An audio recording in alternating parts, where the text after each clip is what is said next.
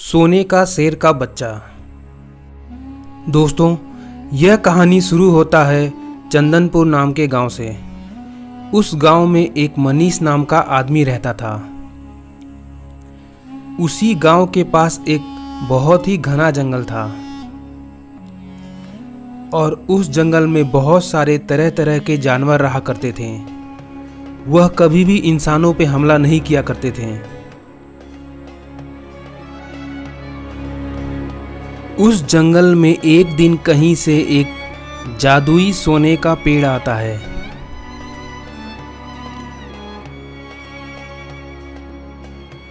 और वह सीधे जाके जंगल के बीच में रुकता है और थोड़ी देर बाद उस जादुई पेड़ के अंदर से एक शेरनी बाहर निकलती है।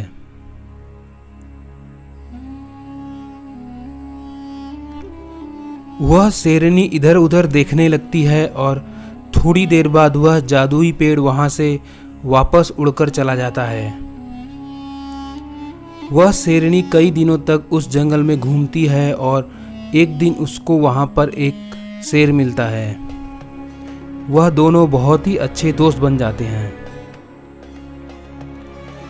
एक दिन मनीष अपने गाय और भैंस लेकर चराने के लिए जंगल की ओर निकल गया। जंगल में वह अपना गाय और भैंस चरा रहा था और घूमते घूमते थोड़ा आगे गया। वहाँ पर उसने देखा कि एक टूटा फूटा घर है और वहाँ पर शेर और शेरनी हैं और उनके दो बच्चे भी हैं। वह दोनों बच्चे एकदम सोने के बने हुए थे।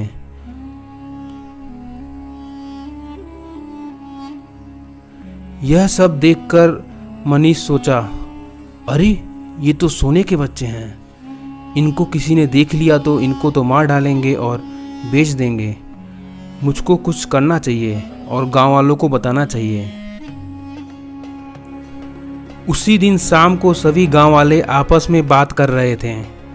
तभी मनीष भी वहां पर जाता है और उनसे कहने लगता है, देखो दोस्तों, हमारे गांव के पास वाले जंगल में एक शेरनी ने दो शेर के बच्चे को जन्म दिया है और वह दोनों एकदम सोने के हैं। हमें उनको बचाने के लिए शिकारियों को जाने से रोकना चाहिए। हमें कुछ करना चाहिए। यहाँ से बहुत सारे शिकारी आते रहते हैं।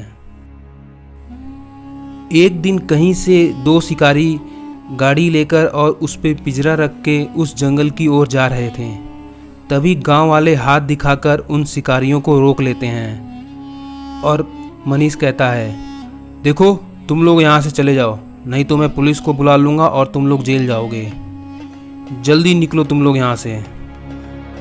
शिकारी बोला, देखो कब तक रोक पाओगे हम लोगों को? हम कैसे ना कैसे वहाँ चले जाएंगे। उसके बाद वह दोनों शिकारी अपना गाड़ी लेकर उस गांव से वापस जाने लगते हैं और गांव के थोड़े बाहर जाते ही वह गाड़ी रोक के बात करते हैं। मुझको लगता है उस जंगल में कोई खास चीज़ है, इसीलिए गांव वाले हमें वहां नहीं जाने दे रहे हैं। पता करो। फिर एक आदमी उनको बताता है, देखो इस जंगल में दो सोने के शेर के बच्चे हैं, लेकिन मुझको भी अपना हिस्सा चाहिए। बताओ तो मैं तुम्हारी सहायता कर सकता हूँ वहां तक जाने के लिए। शिकारियों को वापस भेजने के लिए गांव वालों ने बहुत सारे कुत्तों को छोड़ दिया था। उसी रात को वह आदमी दोनों शिकारियों से कहता है, देखो गांव की ओर से जाना बहुत मुश्किल है। वहां पर बहुत सारे कुत्ते हैं। मेरे पास एक और तरीका है। यहाँ पर धरती के नीचे पाइप बिछाने के लिए एक सुरंग बनाया गया था। उसकी मदद से हम लोग जा सकते हैं। उसके बाद उसी रात को वह तीनों वहां पर खुदाई कर देते हैं और सुरंग के अंदर कूद जाते हैं। थोड़ी देर तक चलने के बाद वह उस जगह पहुंच जाते हैं जहां पर वह शेर, शेरनी और उसके दो बच्चे सो रहे थे। वह सुरंग खोल के उसके अंदर से कूदकर बाहर आ जाते हैं और उसके बाद वह छुपकर उस दोनों बच्चों को उठा लेते हैं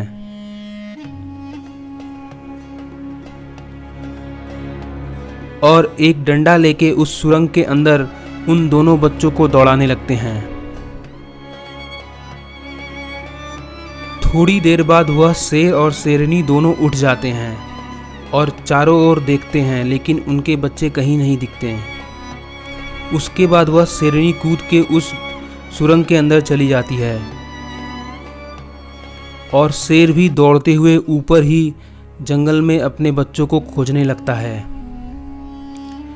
शेर दौड़ते हुए अपने बच्चों को चारों ओर खोजता है और गांव की ओर से जाने लगता है और शेरनी जमीन के नीचे से उन तीनों शिकारियों का पीछा करने लगती है। बहुत देर तक दौड़ने के बाद वह तीनों शिकारी शेर के बच्चों को लेकर सुरंग से बाहर आ जाते हैं। सुरंग से बाहर आते ही वह तीनों शिकारी बड़े शेर को देख के एकदम डर जाते हैं और भाग जाते हैं। उसके बाद शेरनी भी वहां पर आ जाती है। वह तीनों वापस कभी लौट के नहीं आते हैं। दोस्तों, एक बार फिर मैं आपके लिए लाया हूं बहुत ही मज़ेदार जादुई कहानी। यह कहानी शुरू होता है कोलकाता के पास बसे एक छोटे से गांव से। वह एक बहुत ही सुंदर गांव था और नदी किनारे बसा हुआ था। उसी गांव में एक मौसम नाम का लड़का रहता था। वह दूध बेचकर अपना जिंदगी काटता था। वह रोज अपने गाय और बकरियों को चराने के लिए पास के जंगल में लेकर जाता था। वह जंगल में घूमा करता था और पशु और पंछियों को देखा करता था। वहीं पर जंगल में एक पत्थर था, वह रोज उसके ऊपर बैठ जाता और आराम करता। वह वहां पर लेटकर कुछ पंछियों को देख रहा था और सोच रहा था, काश मेरे पास भी पंख होता, उड़ने में कितना मजा आता। यह सोचकर वह वहां से जा रहा था, तभी उसका पैर पत्थर के एकदम बीच में पड़ गया था और अचानक से उस पत्थर के बीच से कुछ तरंगें निकलने लगी। वह चलते चलते थोड़े ही दूर गया था कि उसने तरंगों को देखा और वहां पर आके देखने लगा और एकदम हैरान हो गया। तभी उसने देखा कि उसके अंदर से एक परी निकली। फिर उस परी ने बताया कि कई साल पहले यहाँ पर एक परियों की दुनिया थी और कुछ राक्षसों ने हमला करके सभी परियों को मार दिया था। वह एक अकेली परी थी जो अभी तक जिंदा थी। उसके बाद मौसम और वह परी बहुत देर तक बातें करते हैं और मौसम कहता है कि वह एक पंछियों की तरह आसमानों में उड़ना चाहता है। यदि उसको पंख मिल जाए तो मज़ा आ जाएगा। यह सुनकर उस परी ने मौसम को एक जादुई पंख दिया। उसके बाद वह परी कहती है, देखो इसका इस्तेमाल हमेशा सही कामों के लिए करना। उसके बाद वह परी घूमने चली जाती है और मौसम भी पंख पाकर बहुत खुश होता है और उसके बाद अपने गाय और बकरियों को लेकर अपने घर वापस चला जाता है। फिर घर पे गाय और बकरियों को छोड़ के वह पंख लेकर बहुत दूर तक उड़ने निकल जाता है और कुछ देर तक उड़ने के बाद वह घर वापस आ जाता है। एक दिन उस गांव में एक गुब्बारा वाला आता है। गुब्बारे ले लो गुब्बारे। यह सुनकर सभी गांव वाले बच्चे वहां पर इकट्ठा हो जाते हैं और बहुत सारे गुब्बारे खरीद लेते हैं।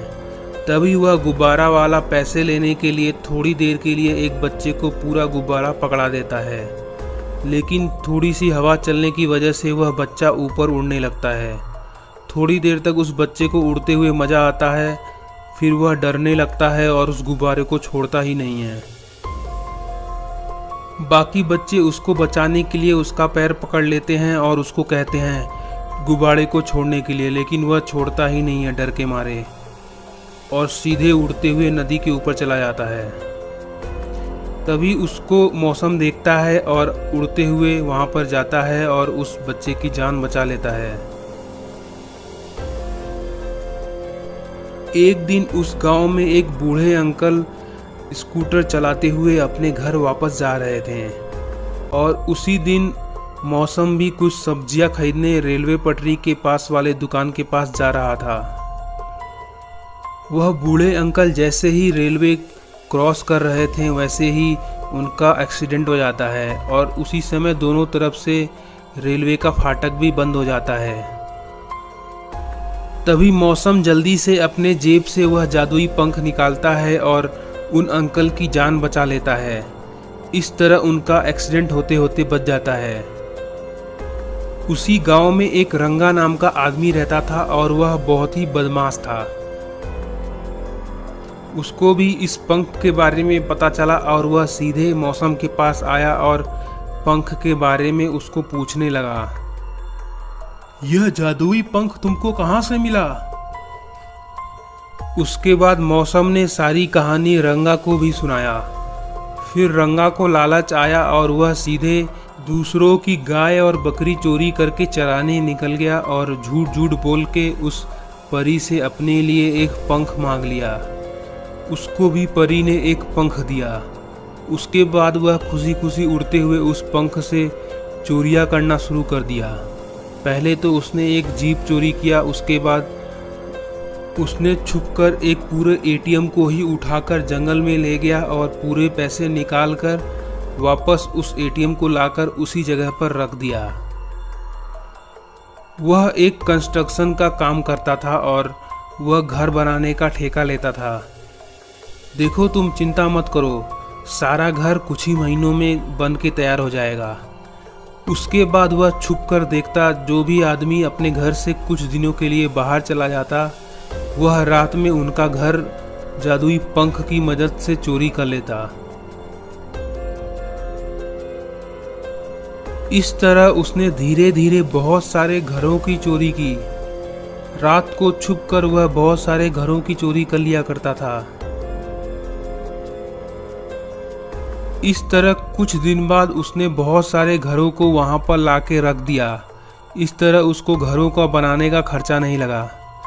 घरों के गायब होने से पूरे गांव वाले परेशान थे और वह मौसम के पास आकर घरों की चोरी होने की बात बताने लगे। फिर यह बात मौसम ने जाके उस परी को भी बताया। उसके बाद परी ने अपने जादुई शीशे में देखा। शीशे में देखने के बाद परी और मौसम को पूरी बात समझ में आ गई। उसके बाद जब रंगा एक घर चोरी करके वापस आ रहा था, तभी परी अपने जादू से पंख और उस घर को गायब कर देती है। इस तरह रंगा पानी में गिर जाता है और किसी तरह तैरते तैरते किनारे पर आता है। रंगा ने जितनी भी चीज़ों की चोरी की थी वह वापस अपने जगह चला जाता है और उसको बहुत नुकसान होता है।